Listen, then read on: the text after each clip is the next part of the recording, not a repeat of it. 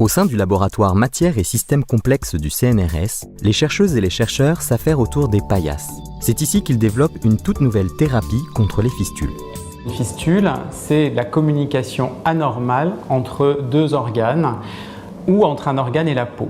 Ces communications anormales, elles se manifestent par des trajets entre deux organes, par exemple, et des cavités entre ces trajets. Après une chirurgie, il y a une agression des organes et il peut y avoir une mauvaise cicatrisation avec un petit trou qui se forme et les sécrétions passant dans ce trou vont former une communication entre l'organe et un autre organe ou la peau. C'est une infection à la base qui va créer cette communication et cette mauvaise cicatrisation et donc le patient va rester à l'hôpital et va avoir des détresses des différents organes et risque de mourir. Les traitements actuels contre les fistules étant peu efficaces, les scientifiques de ce laboratoire cherchent un traitement alternatif. Ils s'intéressent à des agents cicatrisants naturels, des sortes de petits sacs produits à partir de la membrane des cellules et qui transportent des composés vers l'extérieur de celles-ci. Ces petits sacs sont appelés des vésicules extracellulaires. On sait que ces vésicules extracellulaires, elles ont un effet thérapeutique sur différents organes, potentiellement tous les organes du corps humain, qu'elles ont un effet anti-inflammatoire, qu'elles ont un effet cicatrisant et un effet régénératif, prolifératif sur des cellules souffrantes. Mais nos cellules ne produisent pas toujours assez de vésicules extracellulaires. Les chercheurs ont donc développé une technologie à moindre coût. Son objectif est de produire ces vésicules en grande quantité, à partir de cellules saines, afin d'en exploiter leurs propriétés thérapeutiques.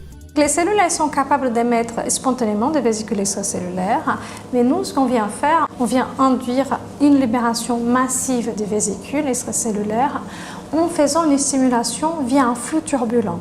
Notre stimulation, elle consiste à agiter le milieu où sont les cellules, et comme ça, on va créer un flux turbulent.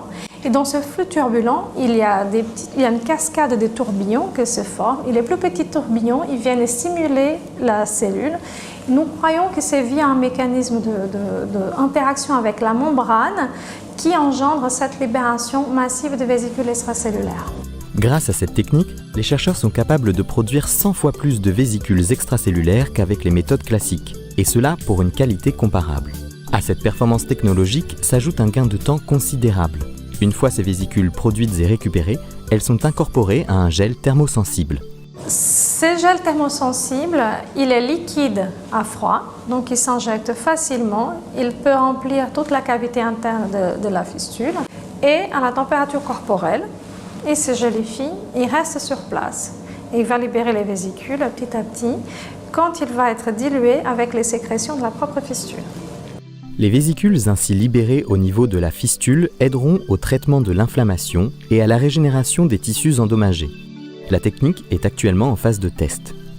On a des résultats qui sont prometteurs parce qu'on a déjà utilisé ce gel et ces vésicules dans des modèles animaux qui ont permis, ce gel et ces vésicules, de cicatriser et de fermer les fistules. Ces traitements dans ces modèles animaux permettent de fermer les fistules dans la quasi-totalité des cas.